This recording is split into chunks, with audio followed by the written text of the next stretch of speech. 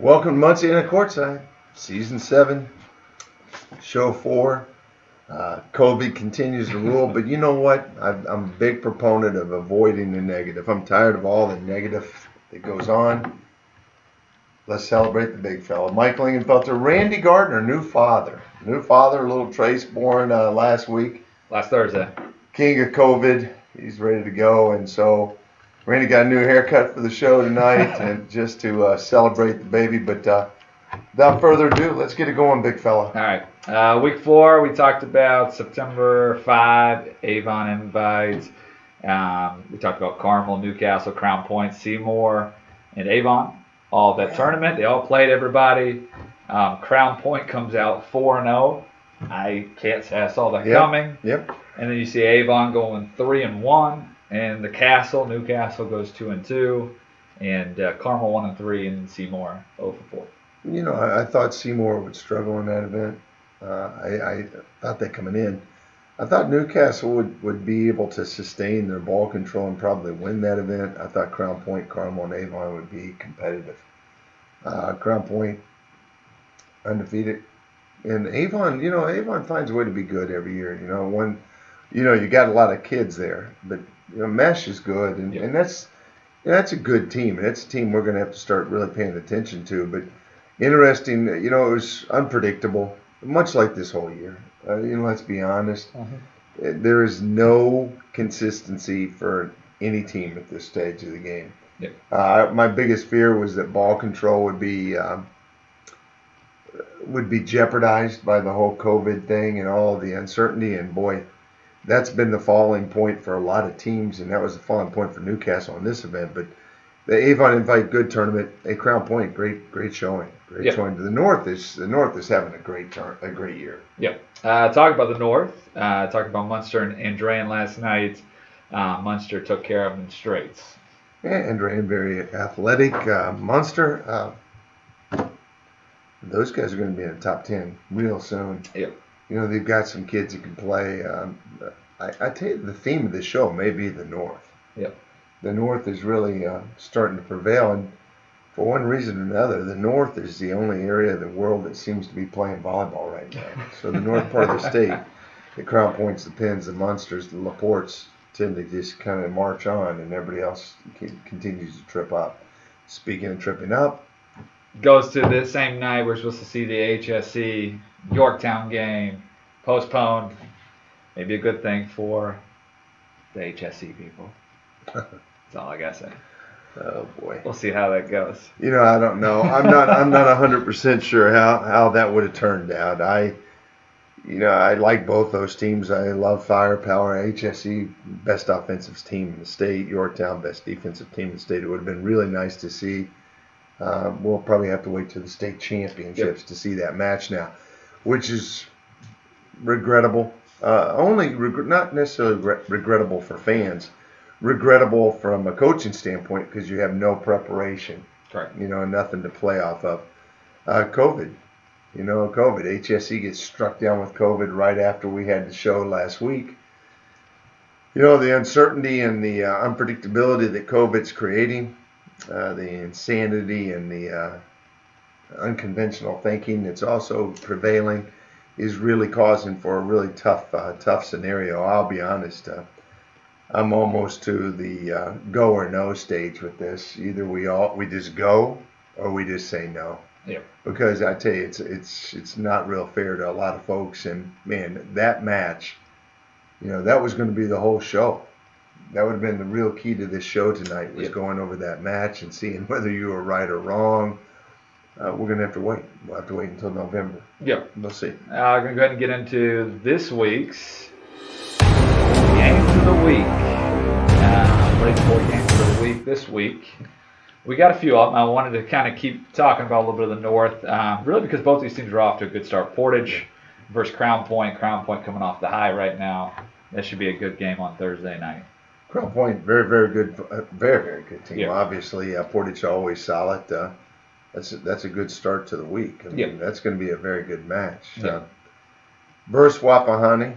It's always a good one. That brings back a lot of great memories. But, that got canceled at this point because of everything else that just recently. Yeah. Today. So that match at right before we went on air, that match is no longer going to occur. Burris, and you got to love this. Burris cannot play. I thought you might want to go into detail, but it's ridiculous. Yeah. Burris cannot play because of an opponent they played against this week.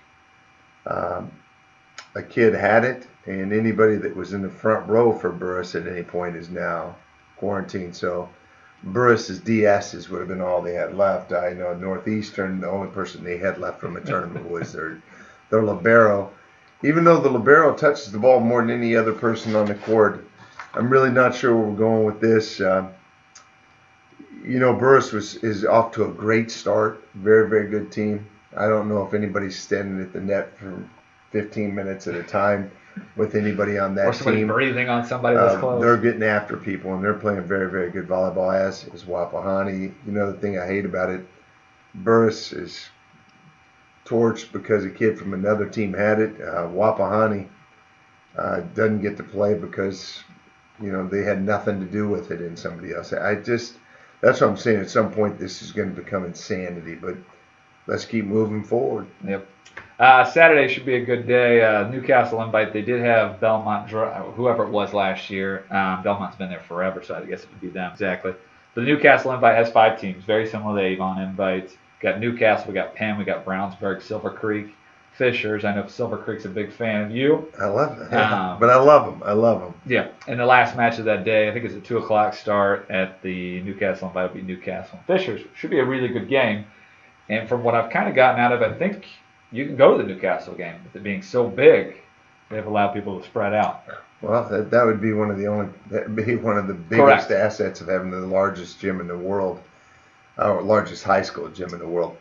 Newcastle got some real ball control issues, and we've said that early in the show, and Stacey Baldwin even reflected upon that when we spoke. Setting is still a work in progress. For Penn, Brownsburg, and Fishers, this will give us an idea of where they're at. Yep. Where they're at in that big boy category. Fishers Newcastle should be intriguing because both those teams have got questionable ball control but great athletes. Yep. Good firepower. Silver Creek, I love that. It's kind of the old Wapahani formula that I used several years ago. Just go into deep weeds and fight it out. And, that's a little out of their pay grade. But I tell you what, Silver Creek, great athletes, great coaching. That could be interesting to watch. That'll be a fun tournament. Hopefully it occurs. Yeah. Hopefully it occurs. But, the more of these type of events that occur, we'll start to get an idea who can play and who can't. Does Newcastle rebound? I think that's key. You can't dwell on what just happened. You got to move towards, the next game. And we're going to talk about that being a mentality in a little bit about this whole COVID thing. But, Penn, it is an opportunity. It's a barometer event. Tells us who they are. Brownsburg, Deep South, gives us an idea who they are. Correct. Tuesday night, before we get back on next week's air, Newcastle, Yorktown. That's kind of the next heavyweight battle to watch a little bit, I would say, since this week's got postponed. So Newcastle head out to Yorktown. Yeah, it's, they get a week to try to remedy their passing woes. Newcastle does, and I don't know if a week is enough to do that. And, Yorktown can exploit your weaknesses in a hurry based on your conversation last week, which is one of the most random rants of all times. And I'm not saying I disagree. This match is already over before it starts. What's your call on that match? Oh, it's Yorktown. How many games? It might go 4. It might go 4. All right, that's a little less rambunctious this week. It must be that he's tired. He's a new dad. He's tired. I'm giving Shaftmaster and the crew a nice set here. I think they're going to blast away and have a good run, but it could be a sweep. It could be a sweep. Wilkinson, I will say that. Smith, Wilkinson, Shaftmaster. Man, that'd be tough. It would be. That's a lot of pride. I think Newcastle rebounds. I think that could be a real fun match. And, Stacey Baldwin's a Yorktown alum. That could be fun. That could be fun. Hopefully that game's played. Yep. Like I said, I think that could be it could go the distance. Who knows? But I'm just saying, ball control wise, I'm sticking with Yorktown. Any questions we got? Question I got for you guys. Oh, Is there any more rivalries really out there still that kind of go back and forth? And if not, what would you say was the last great rivalry in volleyball in the area? Well, Fishers and Hamilton Southeastern is always going to be a rivalry, Mudsock, and they're going to reschedule that game. yeah. From everything I've heard. Remaining rivalries. There's a lot of great rivalries still up north. I was gonna say Fort Wayne. Anytime you get the Leos, the Belmonts, they're always gonna battle. Yeah. Down south, I mean, you got the Providence, Floyd Centrals, and Providence is taking control of that. Yeah. But I mean, there's no reason Bart Powell's gonna want to lose that game. That's a lifelong rivalry. In some of these games, it doesn't matter how good you are. Mm-hmm. You know who's good, who's not. I mean, that could be the Newcastle Yorktown game. Newcastle Yorktown is a great rivalry. Yeah. That's a new rivalry. Wapahani Burris is an ancient rivalry. Wapahani's had the edge over the last couple of years, but Burris is really coming. It's hard to say up and coming. It's weird to say that about Burris, but Burris is in a rebirth. Yorktown is pretty much rivals for everybody they play against in this part of the country, because everybody wants to beat them. I mean, all they've done is whip people's butts for a long time. I think probably the best rivalry in the area right now, maybe based on fans, based on how close they are, based on level of play, maybe Fishers, Hamilton, Southeastern. I would agree. And it's relatively new. Those schools are new to the dance, but I think that's the best rivalry in the state. Yeah, I would say, especially when you have the complete fans in the crowd and everything else. I went last year, and it was a great fun game to watch. Yeah. It should be a little different, just because we won't be able to have that many. But yeah, I think that's the best one in the state, volleyball-wise. Yep. All right, going to kind of get a little bit into let's see, we got the new one. We're going with the old. Nope, Mermaid Pools. I had the wrong one, dudes. There we go. Mermaid Pools. Going to talk about five other seniors, and we'll start getting into juniors and sophomores and some people that we know that are up and coming. But this week, some more seniors. Yeah, some really neat kids in here, and I will tell you, there's the first two kids on here really are ball handlers. Yeah. And I love when DSs, liberos, back row guys get credit for what they do. The 2/3 of the court is back court. 20 of the 30 feet is back court, and those guys don't get enough attention. And the first two guys on here are both back row guys, both guys that I've had an opportunity to spend some time with. Yep. Lucia Corsaro from Cathedral, heading to Xavier. What a great get for Cathedral. This kid, Luce, has as good a motor as any kid in our club, and really has the potential to be as good as any defensive specialist or libero in the state of Indiana. Yep. I mean, this kid can flat out play. We've talked about Mills, we've talked about Moore, we've talked about a lot of kids. Yep. Cox, we've talked about a lot of kids in the state so far. Luce could be as good as anybody in the state in regards to motor, in regards to will to win, in regards to attitude. And that Cathedral team, I watch what's going on there. It's tough to replace a legend. I mean, Jean Casterson was, she's a legacy. Yeah. But what Mary and the gang are doing at Cathedral is impressive, and that team is still in the building stages and trying to create a culture. Corsaro is a culture kid. She's as good a kid as I've come across, and I'm blessed to be in the gym with her on a regular basis. But she's our first kid we're going to talk about. Close to 30 aces last year, over 400 digs, 64 aces. But like you just talked about, I was looking at some of her stats also in her server seat. I mean, I think she was under 15 balls that she had been terminal against herself, which when you're handling as a libero 500, 600, 700 balls at least, that's a pretty good ratio at that point. No, great player. Second one? Taylor Laurie. Carly Mills gets a lot of the attention at HSE. But Taylor Laurie is a little bit in the shadows, a little bit more unsung. She had a tough knee injury a couple of years back, and now she's healthy. And she's a great little player. She anchored a really solid Circle City team in the off season. And I will tell you, uncommitted. And one of the things, the reason I say that is we got to work to help her find a place to play because the kid can play. Yep. She's a great energy, great leader, and has really got a great touch on the ball. Early on in her career, when I worked with her, the first thing I noticed is very intelligent kid, but a very diligent worker. And I truly believe that there's so many kids out there that never reach their full potential because people don't realize that championship players are built when mental preparation matches up with physical preparation. This kid has the mental side of it. And now, after getting back into health, is getting a chance to make the physical side of it work. This kid can play. And Taylor Laurie may be the most underrated player in the state. Yeah, and one of the things you kind of talked about is 33 kills, 23 aces, 130 digs. But keep in mind, she was behind 3 good DSs that are all going to play at the next level. All D1 kids. All D1 kids. Yeah. Was behind some good left sides, so it wasn't like she could swing. And she was waiting her opportunity. And this year, she's got that opportunity in whatever role she's going to end up with Jason. I know she's been DSing, she's been an outside, doing a little bit of everything. So, third one, I watched her last year in the semi-state. She almost sent your wife home. She did. It'll be interesting with that group just because they lost a lot of seniors this year at Morgan Township. But phenomenal player, really good athlete. She's going to be a good get. Emily Rostovsky, she's heading to the Big Ten. Yeah. Big, strong kid. Morgan Township dominates. There's a couple of big kids in 1A that really are going to make it entertaining as we get to the end of this year.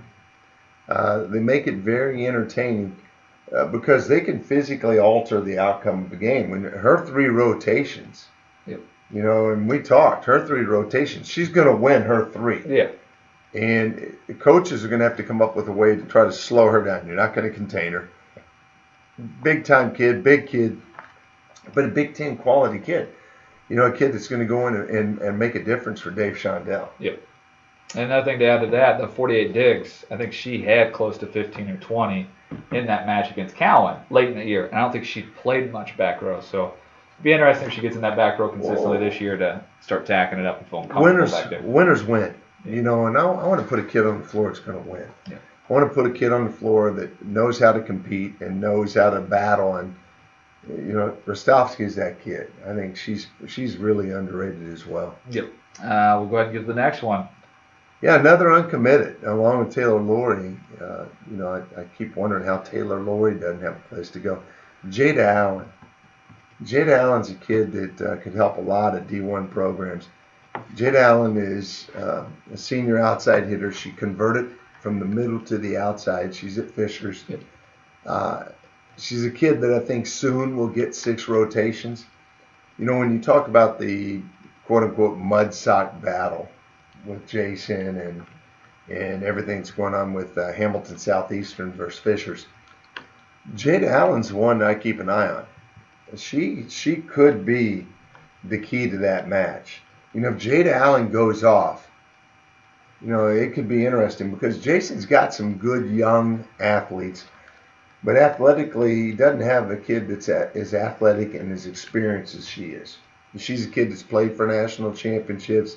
She's a kid that's played, she's just now getting to the 18s, but she's already been in the 18s. Yep. She's played at a high level for a long time. Jada Allen is a kid that I think is untapped potential. She's got to figure out just how hard she wants to go and what her dreams are exactly. But when she does, I think she's going to get a great player. Yeah. 250 kills. Didn't get much serving last year, but hopefully she gets more back there. 81 blocks, 71 digs. And like you talked about, it was a transition year. So it'd be fun to see those stats fly up. Out of the back row, she could be deadly. Uh-huh. And that takes a little bit of pressure off the Fisher's passing. Yep.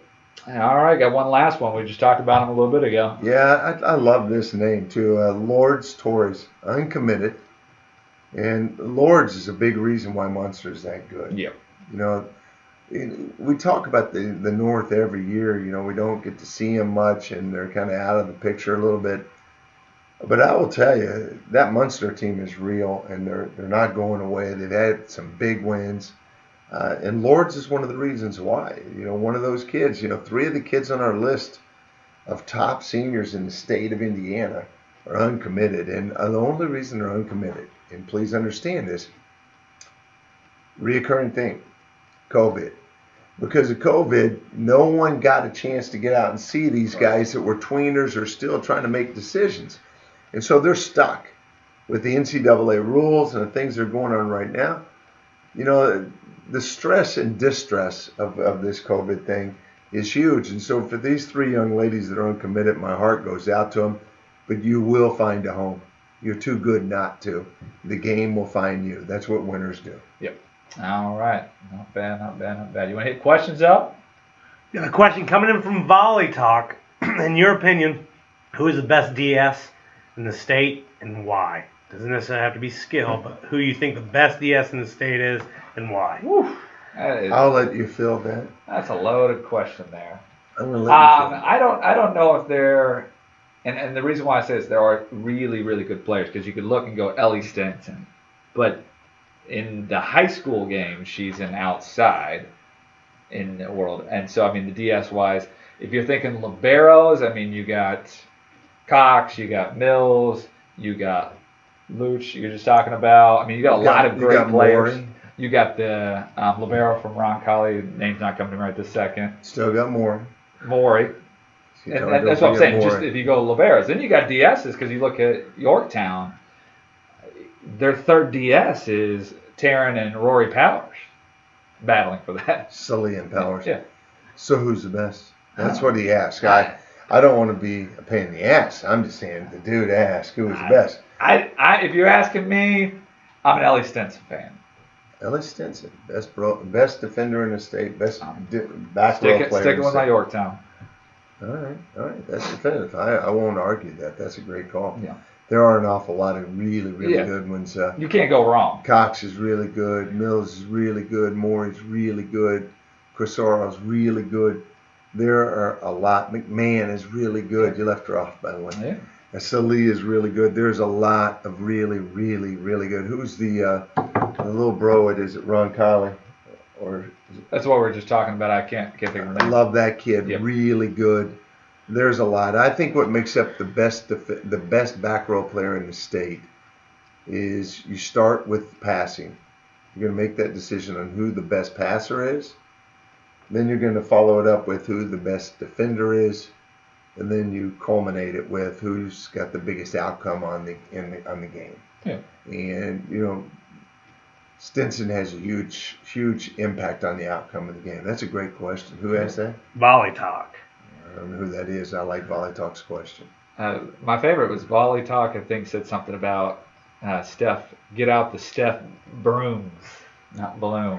When talking about them, I enjoyed that. You know what? I don't ever look at this little thing running down here, but Sean Thayer, just a little shout out. Sean Thayer is an official, and I never give good officials a hard time. It's when officials make mistakes that I get a little edgy about it, and I've made mistakes, and so do officials. Sean Thayer is as good an official as I've seen, and a really good man. Sean Thayer, I notice up here, he makes reference to the Roncalli libero as well. Yeah, he's Bailey and Cox. Sean Thayer is really pretty impressive. One of the things we forget, the Sean Thayers, the Michael Brandons, there are a lot of great officials in the state, and they also know, they got a pretty good feel who can win a match and who can lose a match in a flat-out hurry. And I love the fact that Sean Thayer throws these points in there, but, we don't give enough credit to those guys. I've said last year, we've got some of the best officials in the state and the country in this state. A lot of it is because you got a lot of good clubs, and a lot of good clubs are giving those guys a chance to practice. No one works at it more. No one works at it harder than Sean Thayer. So if Sean thinks the Roncalli bro is real, I do too. He said he was at the Brebuff match that went 5 last night. He threw a little love to Lola Schumacher. She's good. Yeah. She's Threw good. some love to her as well. So She's good. Any other questions, big fella? that's it for now. All right, going to get to our new segment. A little Raymond James. A little open mic. All right. Well, one of the things, the open mic thing is, if you're ever in our office every day, there is a spiel, there's a vibe in the room, so to speak. You know, the vibe in the room for the longest time for us has been COVID. You know, if you know much about it, how the COVID thing is impacting small businesses, trust me, it's killing people. And it's putting a beating on club volleyball. It's putting a beating on a lot of folks.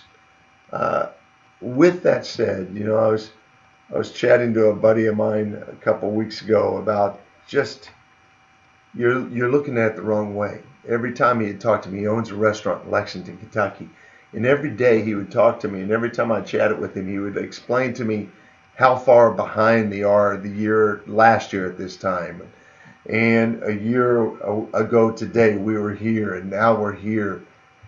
You know, and where are we going to be in 6 months? Yeah, and my point was, Gerald, who really cares where you are in 6 months? Let's take care of today. And the thing I want to talk about, my thought process with COVID, and I think this works for high school coaches. I think this works for high school players. I know it works for parents. I sent this to all of our coaches. I sent it to every kid I'd ever coached. It's my thoughts, and I think that if we want to get through this, we got to hold on to hope. We got to get rid of all the other trash. You know, 2 weeks into COVID, I stopped watching the news. 6 weeks into the mess, I stopped all notifications on my phone. I'm not doing it anymore. If you don't watch the news, you're uninformed. If you watch the news, you're misinformed. You know, we need to start making our own opinions and maybe making our own beds. You know, wake up, make your own bed, start the day with the mindset that, you know what, we're going to win. We're going to win. I make my bed, I've got to win. Here's what I think you got to do to get through this. Coaches, those guys that are sitting down, HSE, Jason Young in the game. Who gives a damn whether you miss the match with Yorktown? Who cares that you're not playing tomorrow against Fishers? You know what? We're getting a chance to play. It beats the hell out of where we were 3 months ago. Win the day. Win the day. Find something today to win. Find some way to win each day. Every day, get up and find a way to win that day. And let's start building those days back up. Let's don't start looking and wondering, are we going to still be here in 6 months? Or we're not where we wanted to be 6 months ago. Doesn't matter. Doesn't matter. It's not up to us. Here's what is up to us, our mindsets. Win today. So win in the mind. Get up. Focus on the positive. Focus on the positive. Don't sit down and watch the crap that's being spewed out. Get off of social media. Look up. I ride my bike every single day. The number of people that have their heads down when I'm riding is 10 to 1. You know what? There's some good stuff going on up above. Look up. Look up. Get your head up and get up. And so win the day. Win in your mind. You know, set the tone. Find something that's going to get you positive. Find something that's positive about the day. You know, here's where mine is. My eyes open. I'm jacked. I'm still here. I roll over and I look next to me and I'm happy as heck. I've got a beautiful wife. I've got a beautiful family. And that's where I'm going to win first. Second, I'm going to win the moment. Control what you can control. You know, somebody says, oh, Burris is quarantined. Then go out back and start hitting the ball off the wall again. Find a place where you can get in the gym. Control what you can control. If the state says you got to sit down, that's fine. You can't. They're saying you can't play matches. They're not saying you can't get better. So find a way to win the moment. If I'm HSE and I'm on quarantine, I'm going to win the moment. I'm going to find a way every day to feel like at the end of the day, when I close my eyes, Randy, I want to feel like I'm better. The other thing about COVID that's helped me, win the spiritual battle. And I'm not going to stand here and tell you that you got to be Catholic, you got to be Presbyterian. No. Win the spiritual battle. Win the spiritual battle. Find something to have faith in. Find a way to center yourself, and every single day, win that battle. Do something that makes you spiritually feel better about yourself. Whether it's religious or not. Spiritual and religion are two different things. Find something that makes you feel better. Physically, win physically. I asked, if you listened last week, I said, Ellie Stinson, what is the best thing to come out of COVID? Quarantine. She said, working out. I got stronger than ever. Went physically. That's my idea. If the world's going to take everything from me on a regular basis, you know what they can't take? They can't take my mind. They can't take my body. And I'm just going to go out and I'm going to absolutely get in the best physical shape for when this ends. I'm going to come out and kick some serious ass. I think that's it. And I think ultimately win together. If you can win you, if Randy wakes up, rolls over, and sees he's got a beautiful wife, a beautiful child, why in the hell should he be upset? He gets up, he takes a good breath, and says, this is a good day. And when he comes into the office, he impacts the office with, I've got a great life. This world is not so bad. Let's get after it. Because we're not going to win this COVID thing one-on-one. We're going to win this COVID thing by just standing together and saying, this is what it takes. So those teams on quarantine, that would be my same thing. Win in your mind. Wake up and know that you got a chance to get better during this period. Win the moment. Take advantage of it. Don't waste time. Just because you can't be with your coach doesn't mean you can't get better. Sit down and spend some time with yourself and win the spiritual battle. Do some things to make yourself physically superior. If you got nothing but time at home, you got time to do push-ups and crunches, baby. Physically become the stronger, better version of yourself, and then ultimately go out and find somebody else to impact. Make them want to win this thing. And the more of us that feel this way, the quicker we're going to get through this. We will win this. That's what winners do. And that is my open mic for tonight, because I'm telling you, I'm COVIDed out, and I think we can kick the crap out of this thing. I agree. All right, we're going to talk about the new week rankings. We're going to talk about a couple honorable mentions. We still have a couple on there. We like that they're still doing well. They're undefeated. They're still moving in the right direction. I love Heritage Christian, 10-0. Strength of schedule is the only thing remaining for me to put them in the top 10. But 10-0, we've talked a lot about how good a setter Snyder is, and Colvin could lay claim to the Gatorade Player of the Year at some point. We got to start talking about that in the next couple of weeks. Great players, great team. Castle, 8-0. 2 undefeated teams, and it's still in the honorable mention, can't crack in there. Castle is an athletic team. Every year they're in the hunt, and I don't expect it to be different this year. And like I said, beating Brownsburg gives me a start with Castle. I want to see a little bit more. Yep. But I love them. They're on the radar. Yep, we got 2. We got a tie at number 10, first time in the ranking. Yeah, I tell you what, I really like Munster. Yeah. I really, really like Munster. And one of the reasons I like them, Belmont, they beat Carroll, Belmont, and Andrian. Belmont and Andrian, year in and year out, are the 2 most athletic teams in the state of Indiana. Yeah. I'm not saying biggest. I'm not saying most evolved volleyball skills. Just great athletes with great coaches. Munster beating both those teams is a big step for me. I like this Munster team.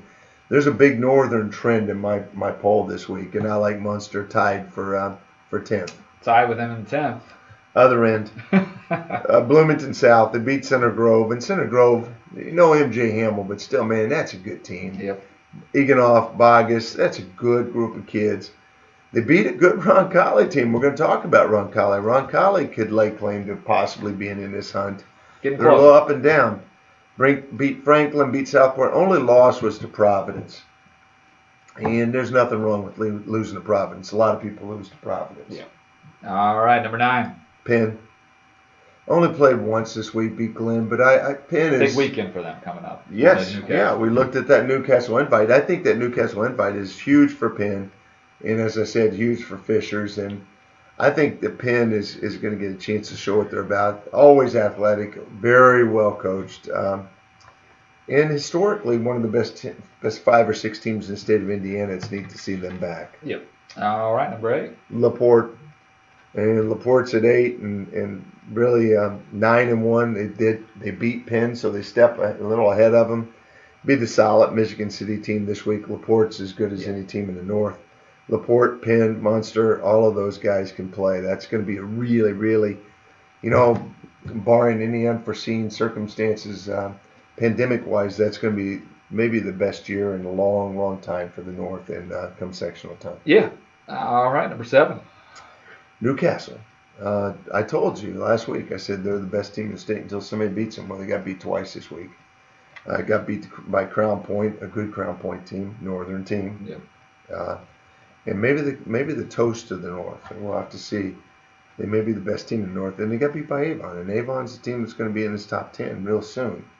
You're going to see them continue to trend upwards if they get to keep playing.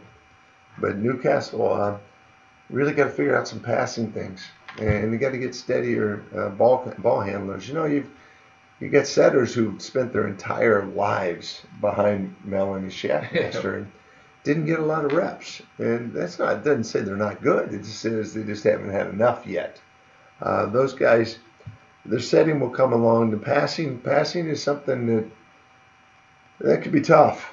You know, that's one of those things. Either you got it or you don't. And we'll see. But Newcastle's ball control is pushed them down to 7, and they're still dangerous. You got some of the best attackers in the state. I could argue that Schaffmaster and Smith are the best 2 in the state. Wilkinson is one of the best, maybe top 10. And so that Newcastle, plenty of firepower, just got to find a way to get the ball to the front 10. Yep. Slipped a little bit as well, number 6.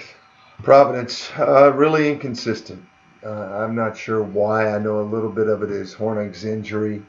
They're up and down, and lost to a good Roncalli team that the Crown Point just disposed of, which kind of makes me wonder, either how good is Roncalli, or is Providence just a little down right now. I said last week they're my dark horse because everybody keeps, has already cast a pall over this team. That is a very, very good team, and Parika, in my mind, is one of the top 3 coaches in the state of Indiana, and she'll get this team back. Right now, my number 6, which means nothing, but they're going to be okay. Yep. Number 5, the JV freshman played yesterday. Varsity's not back yet. McCutcheon at 1-2. Second week of bye week. What a horrible, horrible season it is for those guys. I mean, it's much like Yorktown. They come off of quarantine and they hadn't played until September. Then they get excited about it. They get to play Wapahani, and they get excited about finally getting to play a good HSC team. And HSC goes down. McCutcheon, Chloe Chacon, maybe the best player in the state. People could argue that. I wouldn't argue with them. But who knows? We haven't seen them for a month. Yeah. And at 1-2, they're my 5. Yeah. Number 4, finally get some matches underneath their belt.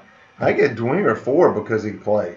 It's been the most nauseating season ever.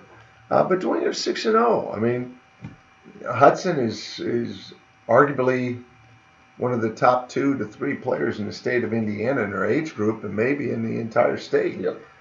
This Dwinger team is well coached. It's a Dwinger team that's really, over the last couple of years, we've wondered, what do they have to do to close it? I thought they'd been on the cusp every year, just haven't been able to knock it out. 2 of those years for Newcastle beat them. They were Newcastle's toughest opponent along the way. This Dwinger team is good, and they're at my 4 until they get really tested. Yep. Number 3, moving up. Fishers, and Fishers did get dinged. They lost to Brownstown Central. They beat Lawrence North. Sorry. Yeah, they lost a good Brownstown Central team. They beat a good Center Grove team. They beat a good Roncalli team.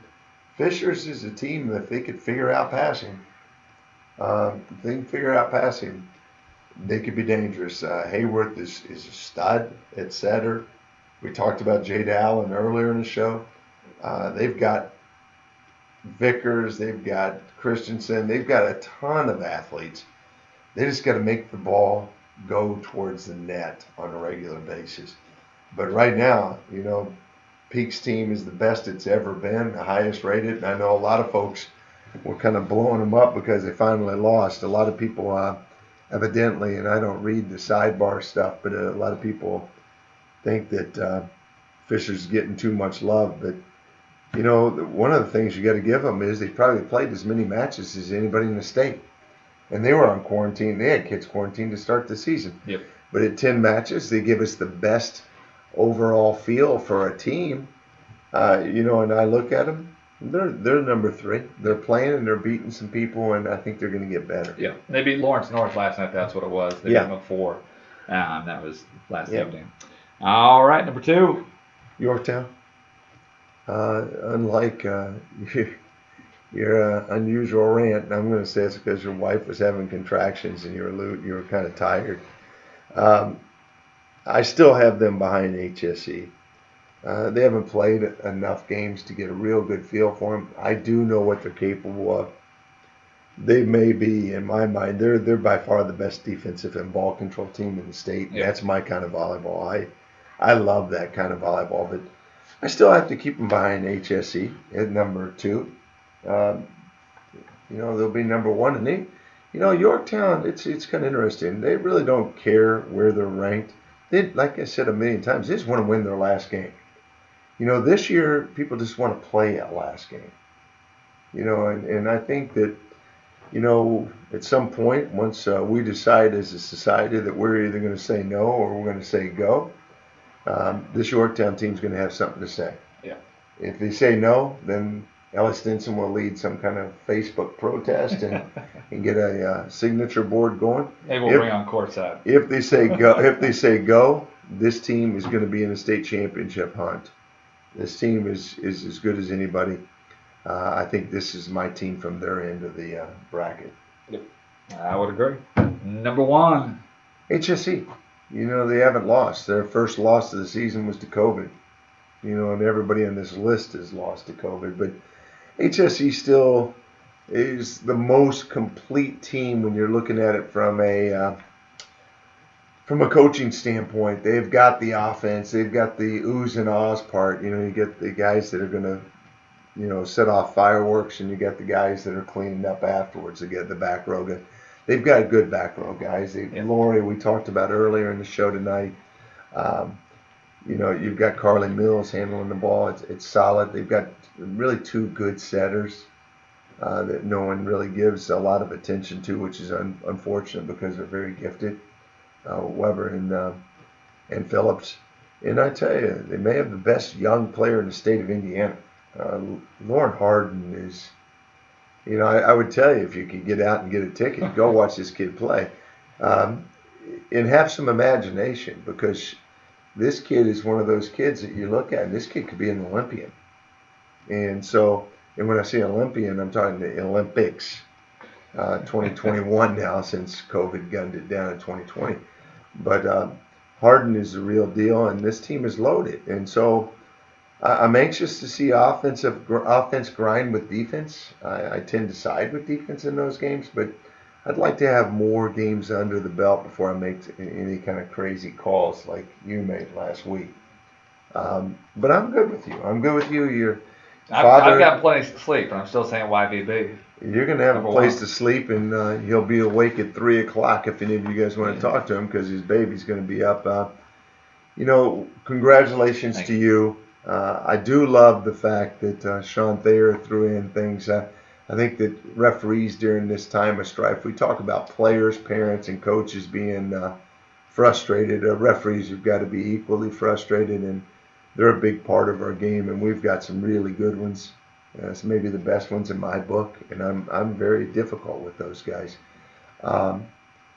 Keep that in mind. And, if you walk away from the show with anything, win the day. Wake up tomorrow morning and win the day, one day at a time. We can't make up the last 6 months, but we can start to gain traction one day at a time. And, that's my thought, win the day. And we'll be together in November, and we'll have a champion, and we will prevail, and that's the way it works. And so, with that said, regardless of what games are played, and if there's no games played, we'll be back next week. If there's a ton of games played, we'll be back next week. But the common theme is, love what you're doing, and we'll be back. But until then,